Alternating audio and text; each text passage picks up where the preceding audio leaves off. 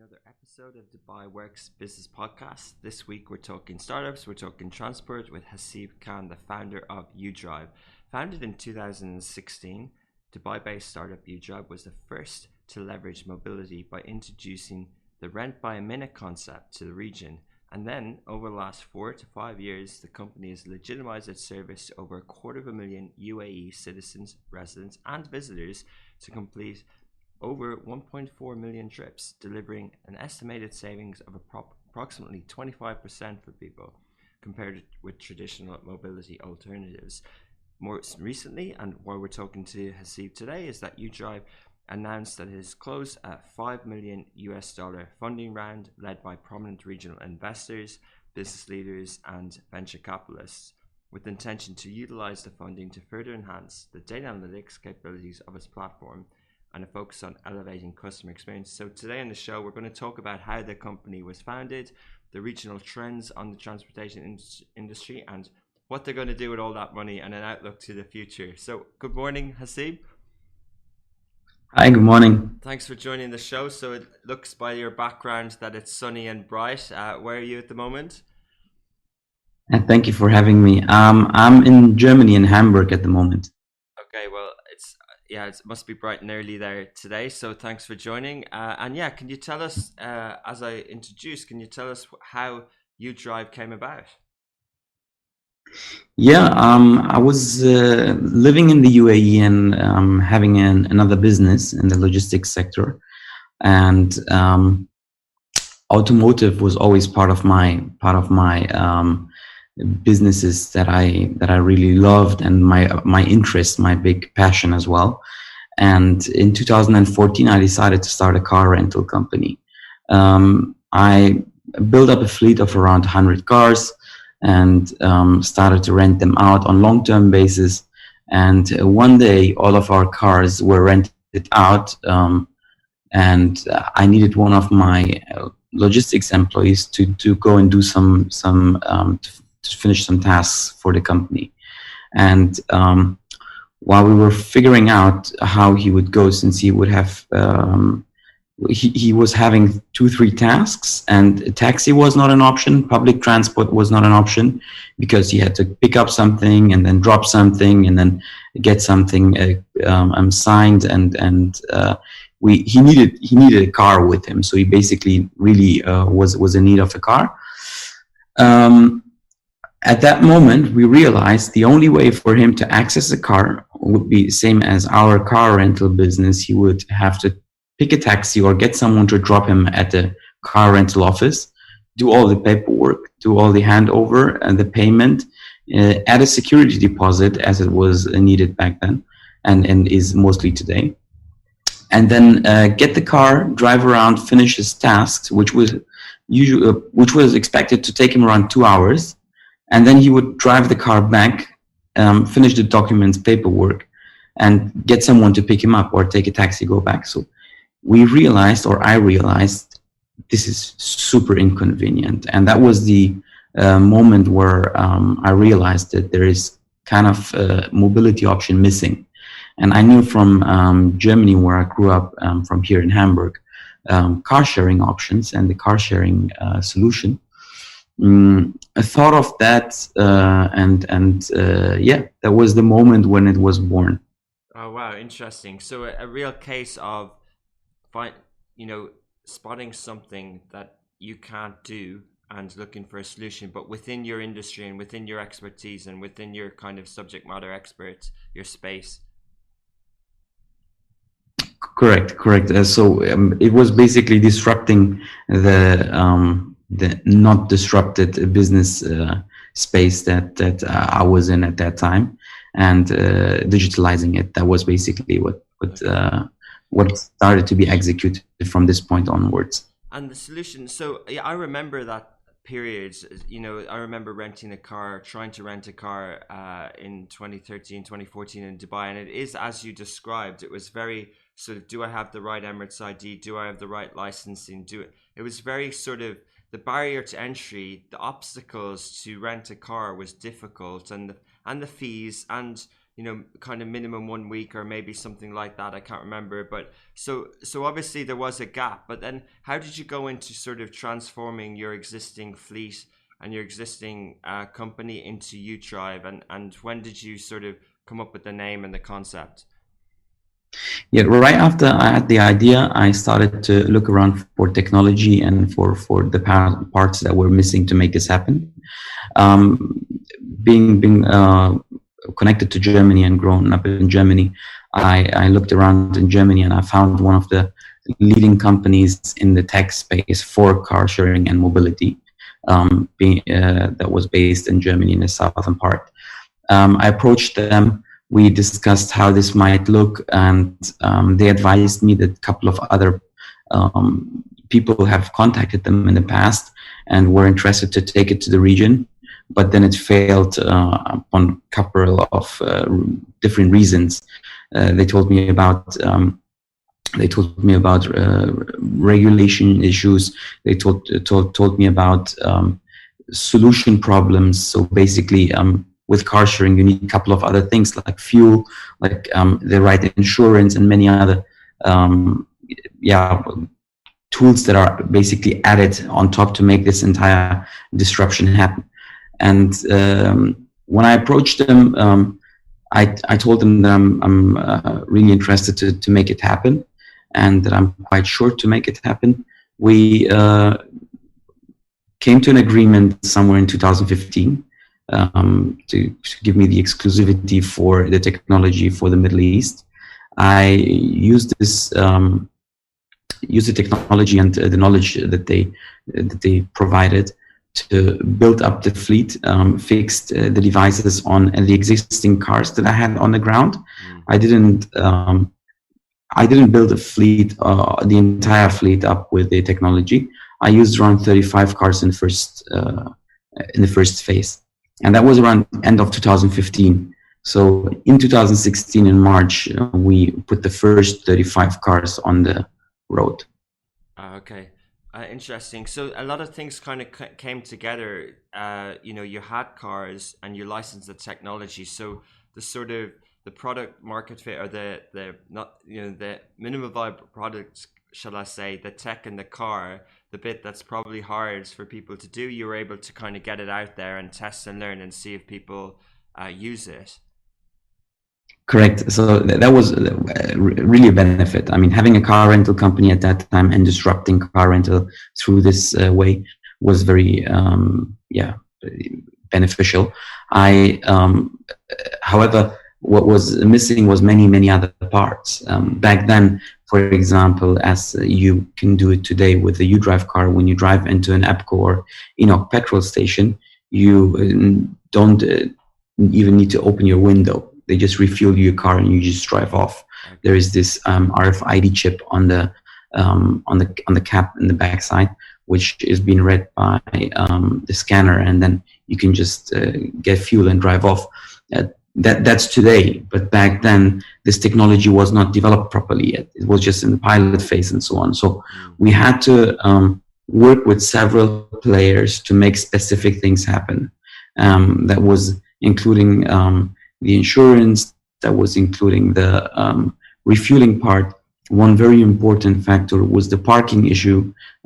You are providing people such a mobility, you will have to provide a parking solution as well. Because the moment when they hand over the car back to you, they would have to hand it over on the street, on the road. And as we know, there is a lot of paid parking in the UAE and in the Middle East, and so we had to find a solution there as well, which we managed. And but yeah, it was of course the infrastructure that I had with other businesses, and as well as the car rental business, made it easier for me than it was for others. Yeah, interesting. I want to talk about two specific things. One is regulation, and then the actual category or the space and mobility that you're in. But firstly, in regulation, I remember that period. I was in Astra Labs when we were starting Love in Dubai, and there was ideas around this space, and I know there was e-car starting, and there was a few other people like Electric Vehicle Road Trip, and there was people pitching for tenders. and then Udrive came about, and people saw all the logos and the branding, and it was like, well, what's going to happen here? And almost the same thing happened with scooters and mobility and regulation. What was that process like? Did you have to pitch a tender to the RTA? Did you have to get recognized? And what was the sort of period and that phase like? We got into a conversation with the RTA after we launched, because when I launched this, I launched it as a car rental. It was basically, as per my conversation with some contacts, I was clarifying, and they were accepting that this is car rental with digital access, basically, and not a human intervention, because there is no human to hand over. It's basically the technology that makes the handover. And that was pretty much well understood in the very beginning. And this is why we launched as a car rental with digital access in the very beginning. A couple of days later, I was approached by the government, by the RTA, on the business and the service. We were discussing how to basically regulate this. The RTA had their imagination and their expectation on it. They worked very close with me on defining how this really could work. We've spent a couple of weeks on making it a tender. So we basically rewrote back from being a per minute service provider to a daily service provider after a couple of days of starting in March 2016. And then they started a tender for the per minute car rental models, which is what it is today. And we worked together. It took a couple of weeks to basically define how this can look like. And then a tender process started. Companies were asked to come and submit their letters of intention or express of interest. And step by step, the government took the process of tendering this, and we participated in the tender. Over 20 other companies, as far as I knew, participated as well, and we won the tender together with another mobility provider that operates in the UAE today. We won the tender. Amazing, interesting, and thanks for sharing. So the category, I'm just back from Cairo, where Swivel, I've heard use cases of people, not using the train system and using buses to get around the big country, that sort of thing. And obviously, we've seen Kareem and do really well out of this region. And when talking about the German connection and what people. We spoke off air at the start, and when I was living in Germany as a student, getting around the country, because the trains were so expensive, we used to share. We used to go on websites and jump into other cars. But at what point does it become, like a service model or a pairing up with other people, and does it become a kind of a rental play and a pure play sort of rental business model? Our model is price-wise quite competitive, and it makes sense to use us straight from the first minute when you require mobility. I can give you an example of a trip from Dubai Marina to the airport, which is a frequent driven route. It takes you roughly around 30 minutes to get there. If there's a lot of traffic, it might be 40 minutes, 45 minutes. You will end up paying around 30 to 40 dirhams with us for this trip. That's what it costs you with Udrive to get from Marina to the airport. If you use any kind of other mobility options, may it be the taxi or the other ride-hailing services, you will be ending up paying more than 100 dirhams. And that makes us really cheap. So from the first minute and from the first moment, without sharing it, without having additional people with you in the car, having the car dedicated to yourself, you're having a benefit by using our service. Okay, fair enough. So I get that, and there's that was the initial problem that you were looking to solve, that someone wants to kind of move themselves around in a cost efficient and time efficient way. However, you still need a driver's license, and there is still some sort of approval. So what's the process? Is there a kind of a know your customer approval process? How do you cover insurance, and how do you make it faster than the example you described at the start? Yeah, we have a KYC process. When you register with us, you have to upload your driving license. You have to upload your ID. We ask you to take a selfie picture with one of your documents, so that we know that you really are intending to register with us. With all of that, we then have a process where your data and your information is being checked. We need to you need to fulfill certain criteria. You will have to have some driving experience, or at least some time between the time of the issuance of your driving license and the time of you registering with us. And that's what we all verify, and then we approve you as a customer, and then you can drive. This usually takes a couple of hours, or sometimes only a couple of minutes to get approved, but we definitely go through the process. It's very important because we have on each car several trips per day, and you have several different people driving a car the same day. And if one of those start to have, with less experience, the car damaged, or any kind of other issues start to rise, the fleet will start to be very inactive or not available for all the people. We have 250,000 people registered with us today. So we really need to make sure that things are being checked properly, and we reduce the risk as much as possible. Interesting.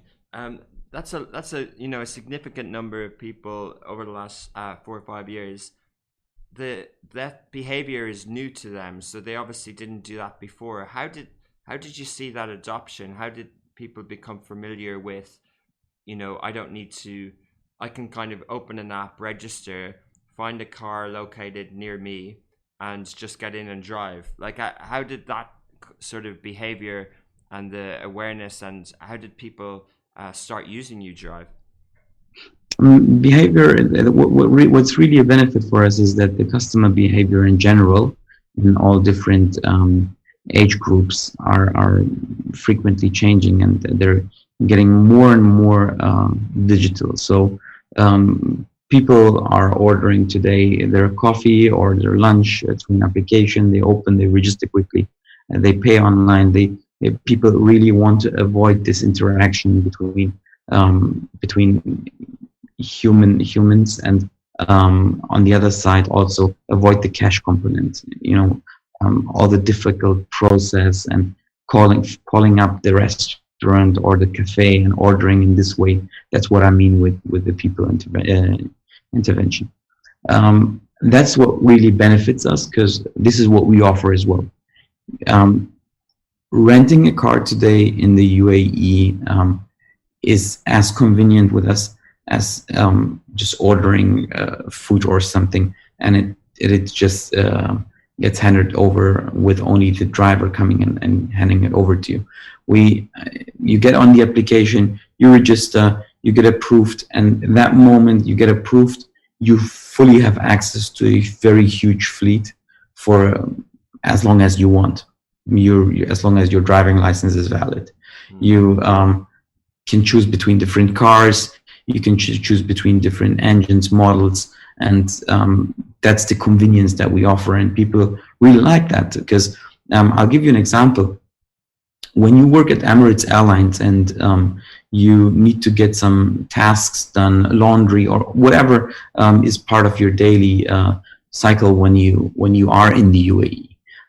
Back before COVID, the statistics were saying that staff of Emirates Airline, like especially flight attendants, were staying an average of 8 days per month in the UAE, or in their city where they live in Dubai.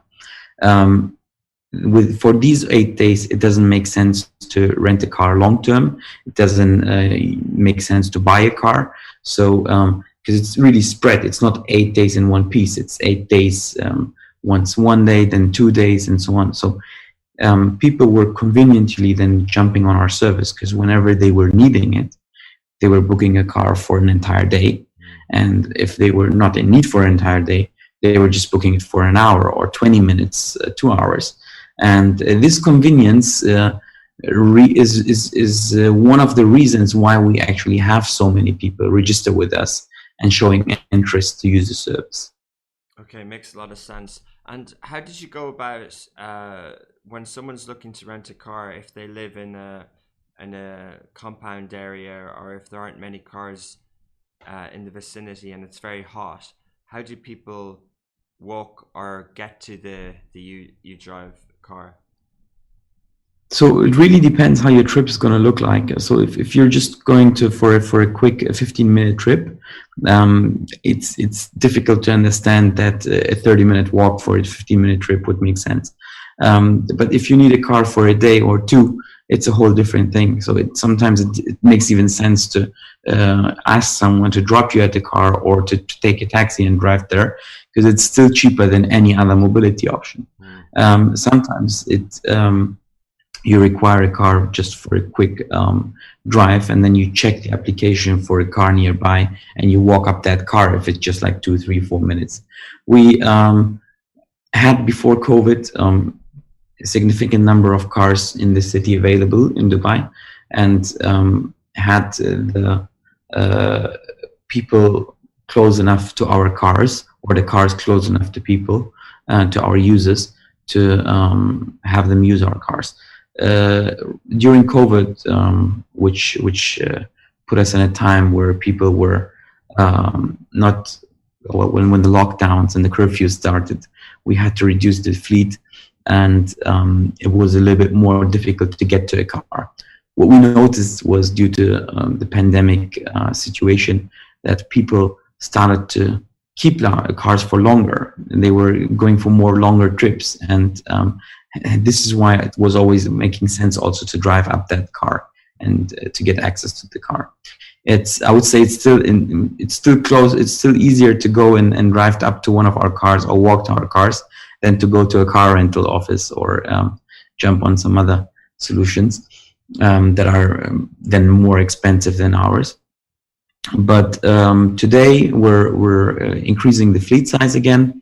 We have already increased the fleet, and it's easy to find a car that is not so far away from you. Interesting. So you touched on the pandemic, and obviously that must have been quite disruptive. There were no cars on the road for one period in Dubai, but now we're kind of 18 months in. We have a better view of the world, of how it's living with or dealing with the continued effects of the pandemic. And you've announced a fundraising, and you say you're increasing the fleet. So what's that sort of what happened sort of up to the pandemic into the fundraising, and can you tell us a bit more about that at the stage of your company at the moment? Yeah, so as a car sharing business, we've been really hit hard with the curfew, with the lockdown, and it's very simple. It's people are not allowed to go out from home. They cannot drive. When they cannot go out from home, they cannot drive, and when they cannot drive, we don't make revenue, and we have our cars stranded on the roads. We got into a very difficult situation, because it's not just that the cars are parked somewhere outside and not being used. When the cars are not being used, since the technology is still active, and we need to keep it active, batteries ran out of power. We had cars become dirty, become dusted, and having a few hundred cars or a couple of hundred cars on the road, and all of them being affected in this way, it's very tough to get this ramped up very quick, especially when the demand comes back. And we had to make it happen. On the other side, the financial aspect and the financial pain that you have from it is that obviously you have all your running costs, you have your staff, you have your your lease costs, you have all running costs that a business would usually have, and then you have zero revenue. So that was really a huge financial impact on us. We suffered from it, but we came back stronger. We're today a much better company, with many things executed in a way that we wouldn't be too surprised today if another lockdown or curfew would start. You'd be prepared for it. That's great to hear, and well done. It does sound as if it was quite difficult. So what round was this now, and had you raised funds before, and did you go about the original licensing of the technology? Do you still license that, and did you kind of build it yourself after a while? Yeah. So the round that we closed now was a Series A. That was basically our a round that was dragged all the way through the pandemic time. We started it already before 2020 into the end of 2019, and we had commitments already back then. Things changed through the situation, through the impact that COVID had on us, and we got it was dragged out for quite a long time. We publicly announced also a raise that we did through Eureka, the crowdfunding platform. So a couple of hundred people participated in that raise, and we secured a nice amount of money. It was one of the biggest expression of interest phases that the crowdfunding platforms in the Middle East ever had recorded, with our customers committing or showing interest in putting money in the platform and in the business. So we were very proud of it, and it was during a time where we really needed that support, and we were really looking at raising. We got the funds then fully committed and closed somewhere in the last couple of weeks, and that's why we announced it just recently. Yeah. The second question that you Sorry, I asked you at once about the technology as well. Yeah. Correct. Yeah. I remember. It was a whole different question. The technology. So we started with the licensed technology before, and then in 2019, I started to the hardware, the IoT device inside the car is a very important component of the technology. And in 2019, I found a production place in Asia, which I partnered with, and today we produce the hardware for ourselves. So the entire, from the motherboard to everything else that is being part of it, all the different technical components it's having today, which is very different from the first product, from the, as you call it, minimum viable product, is today very different, and it really suits the business today and the expansion that we would have to other cities and countries in the next couple of months and weeks. Fascinating. Yeah, on the financial side, it sounds like it was tough, but you maybe had a business. You had sort of the two core things that might cost a lot of money, a fleet and tech. So you didn't need huge funds at the start. As the business is growing, you know that this category can have value in the future. So you think you're going to go down the equity route. You then go to a crowdfunding platform, which I'm not sure, I don't think anyone on the podcast has talked of Eureka before, or maybe one fitness company, but so that's obviously successful crowdsourcing, crowdfunding. Those people get equity in the company. That leads you up to a biggish, quite significant Series A.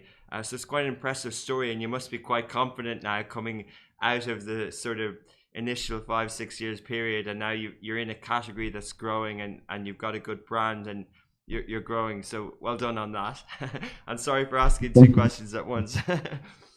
No problem. But yeah, it was really not an easy time. It was really a tough time. It was needing some very good advice, very good thoughts. Very difficult decisions were to be taken. We were in a situation where I usually compare it with something where you have a boat, and on that boat you have tools and people, and you have to get rid of some tools and you have to get rid of some people to not let the boat sink. Wow, yeah. And if you keep all of it, the boat is definitely going to sink. If you kick some of them out, they're out of the boat. You don't know if they will survive, if the tools will come back, or if the people will come back, or if the people will even make it. And that was a situation that we had to deal with. I must say we did it very well. We did really well, and yeah, we're we're fine today. Good, great to hear. And I'm just asking a little bit more around the technology. So, from a user point of view, they might think what you were talking around initially might have been a smart app that has little icons of cars and just works when you push buttons. But hearing you talk about the hardware part of it as well as the software is super interesting for many reasons. A, that you can actually create something that's customized for your type of company that gets installed into a car, but then the capability of that in the future with all the kind of mobility trends of what that component can be. So can you talk a bit more about what does that allow you to do today? Yeah, that's a very interesting point, actually. Um, Many people think that this is just a car opens, car closes, like you say, it's just some buttons, you just press them and then something happens. The ability it gives you is very powerful. Today, what we're able to do is to just go to a car rental company, install our technology onto their cars, and if they would want, they could activate those cars on that platform, and 250,000 people immediately would be potentially their customers. Uh, And they could decide and define how they would want to rent the car. Would it be only for a day? Would it be for 3 days minimum, or a week, or a month? And they could define the prices around that. So we would immediately open, whether it be a small car rental company around the corner or one of the big chains, we could immediately open an entire market to them, especially if it's just a very fresh market entry, for example. That's the one side that's B2B, I would say. Um, B2B to C, basically, and the other side that we have is that we're looking at and working on as well with regulators, is also to enable you to share your car with your roommate, or with your partner, or anybody else, or with your colleagues.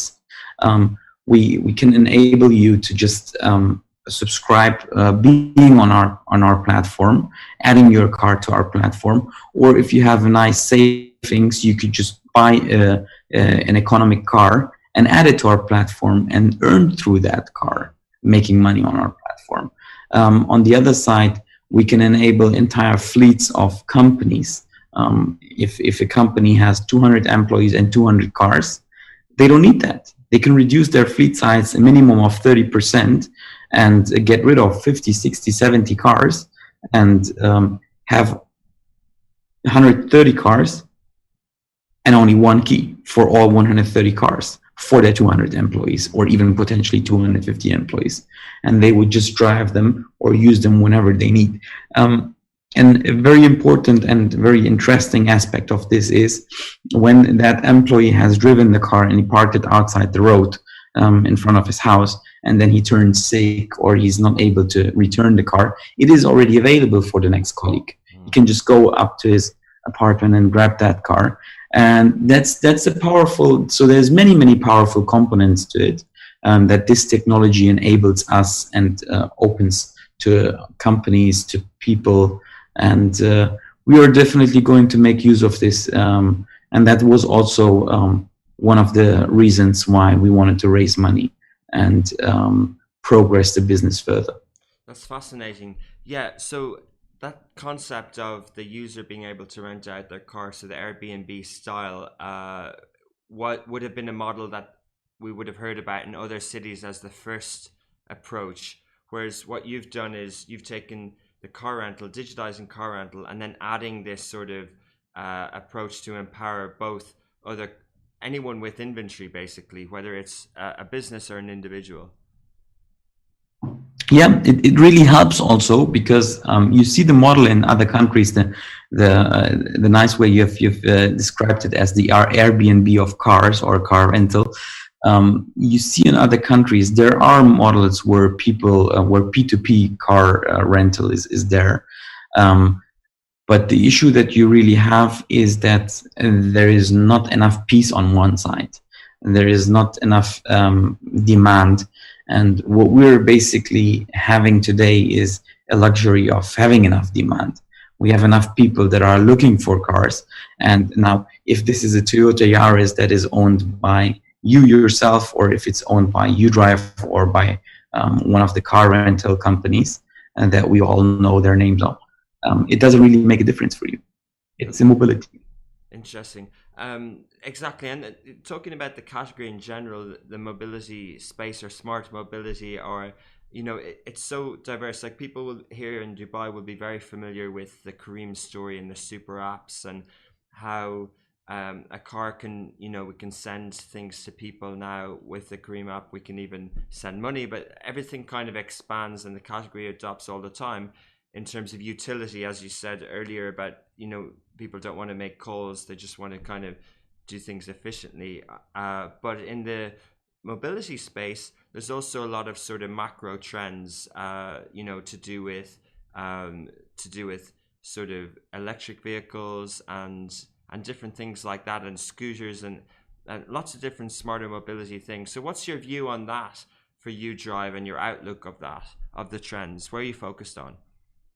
We're technically able today to put any kind of an asset that is rentable on our platform, and by fixing IoT devices on them, we enable them to become available, to get them opened, and everything that is required around that. So what I mean with it, we can easily put scooters on our application, we can easily put bikes on our application, all sort of transport options that are there could be integrated. What we decided to do, though, is to focus on our service and on our space, and really make it work for the people the way that they need it. If you need a car, you come to us and you get it the most convenient way. This is what we wanted to ensure with our service. And what we are intending to do now is to make this happen in many cities. We see this in Europe with several players, that when you have their application, that's what they offer. And you get to any of the airports, you land there, you have this as your option. You open this application, you have a car standing parked either near to the airport or at the airport directly. And that's what we also want to show towards, that we want to present towards outside, being a service that gives you this specific option of mobility in many cities of the Middle East, and potentially beyond the Middle East later on. Adding additional services and additional assets to it is something that we will definitely continue to look at, and whenever it makes sense to either incorporate something or add something by ourselves, we will definitely look at it and evaluate when to do that. What have you seen the demands? Do people, when they customize their car, when they make the requests of the type of vehicle they want in Dubai, of those 250,000 users, are you seeing interest in electric vehicles, and what level? Yeah, the thing is, today with electrical vehicles, is there is a couple of obstacles still that need to be looked at. One is, of course, the charging stations and the difficulty of the time that you need to recharge it. When you drive a regular petrol car today on Udrive, you just and you rent it for 3 days, let's say, you just go to a petrol station. It takes you 3 to 10 minutes to wait at a queue and get refueled, and then just drive off, and then you're good for a couple of days. With electric vehicles, a part of us charging them for customers and having them fully charged and available on the ground, the issue is also you yourself, when you keep the car for 2-3 days, have it to charge it, to every time plan your mobility in a way that you would have to go to a charging station either in the evening or during the day and get it charged and then wait for it to be charged. So which is a significant amount of time. On the other side, you have the component of the price of the car. Electrical vehicles are today still more expensive than specific economic cars, which we have in our fleet. So that and then boils down to the point that the rental price is also more expensive. We are having difficulties for people that are very price sensitive on our application to accept that, I'm going to pay here double the amount just to drive an electrical vehicle that at the end doesn't make a difference on my mobility need, because I need to go from A to B, and that's it. There is definitely some people out there that are looking at the environment issues and are using car sharing also due to environmental reasons. They don't go and buy, or they don't rent a car for themselves or lease a car because they don't want to have a car for the environment and to save the environment. They use our service, and such people will definitely use it. Whether it being enough people to make it happen and grow the fleet towards it is a question. I personally think that the mobility space will evolve towards electrical. As we all see today, governments are announcing that cars will be removed from the road and regular cars, and only electrical vehicles will be allowed. And we will be ready for it. We will add the cars. We're planning right now to add now in 2022 significant number of electrical vehicles in our fleet. We're in touch with some very powerful players in this space that are developing cars at the moment. So we're in direct touch with manufacturers. We're in close conversation with many different manufacturers for the fleet in general, but for electrical vehicles specifically. And we will be adding the cars in the fleet over the next couple of months and years.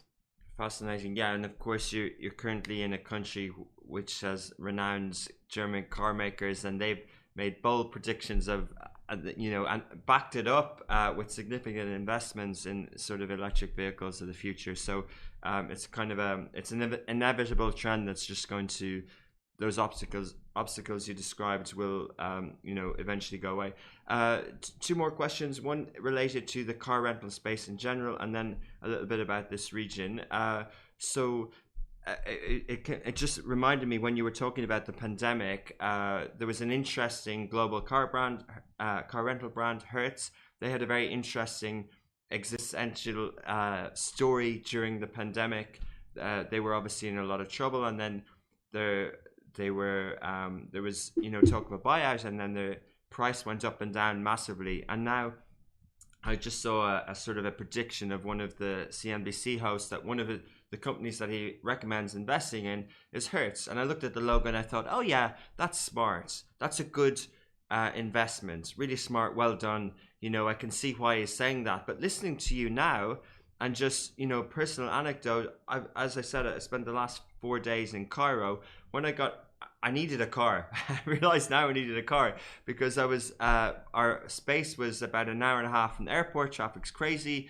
But my only thing that I could think of, my behavior is Uber. I don't want to argue over the prices. I trust Uber, but I didn't think of renting a hearse, and I didn't think that, what's the equivalent? What if I had Udrive? So what's your kind of view on, and I think we heard from what you said that maybe the incumbent rental companies can use your technology, but would you and would the investors recently in your company be as bullish on car rental post-pandemic? Is this an exciting space, and are you disrupting the incumbents, or are you becoming part of them? Yeah, absolutely.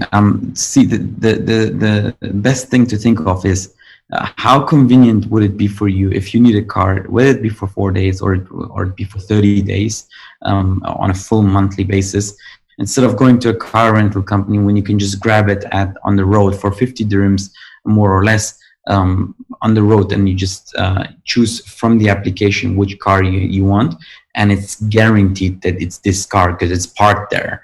And that's why we are definitely putting our money, I would say, on the car rental space and the mobility space. We are, I would see ourselves also today as a hybrid between the long-term solution and the short, quick need of getting from A to B. We are really covering both sides. As you see, cars have the production of cars have been very difficult in the last couple of months since the pandemic started. Chips are missing, are not being produced. Productions are stopped because of that. We see a lot of demand in the used car rental, in the used car sector, and we see a lot of demand in the new car sector. So prices are going up. The demand is a lot higher, and with that demand of and with the shortness of cars, the demand on our side is also going up, and that's why it only makes sense for us to really focus on that and make a specific car, the Airbnb style, available for several people whenever they would need, and not everyone just block one for the entire time. Makes sense. Sounds that you do know. Yeah, you're focused on what you can do in the next sort of few years.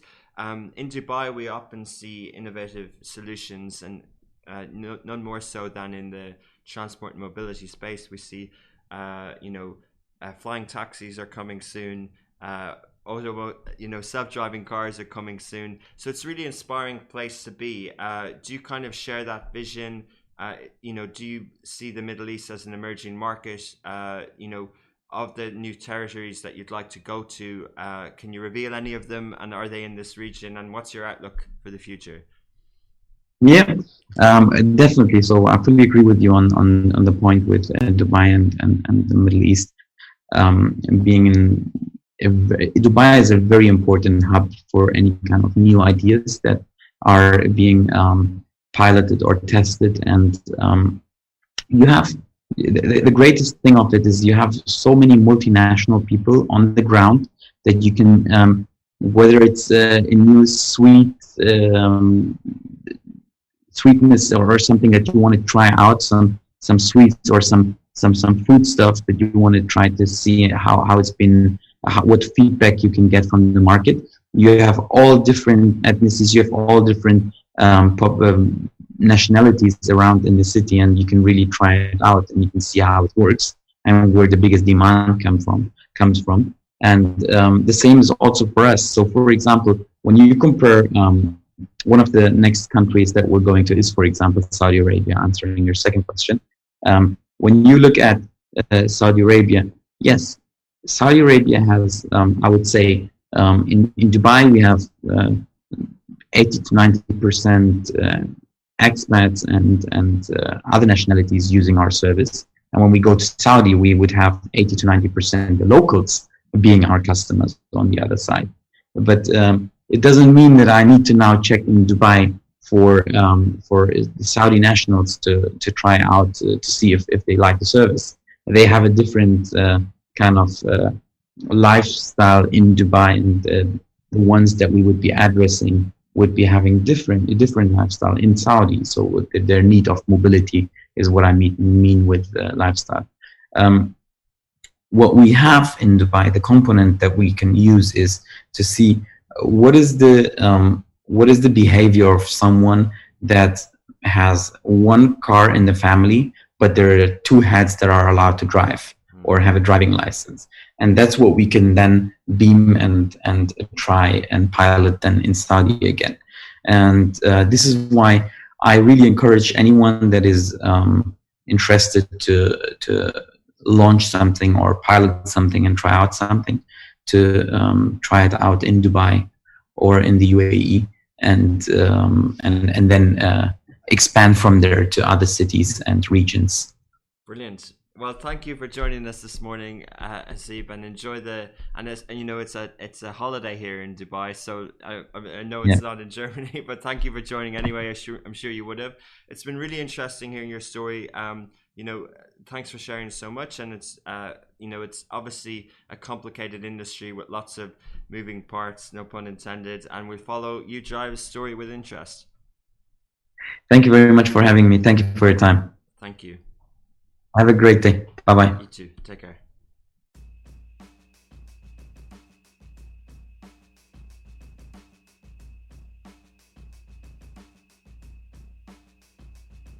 That's it for another episode of Dubai Works. Thank you so much for listening, and please leave a review on the podcast platform that you're listening to. It really helps with organic searches. Also, if you'd like to appear on Dubai Works or know someone who has an inspiring business story in Dubai, please do get in touch on any of the smashy social platforms.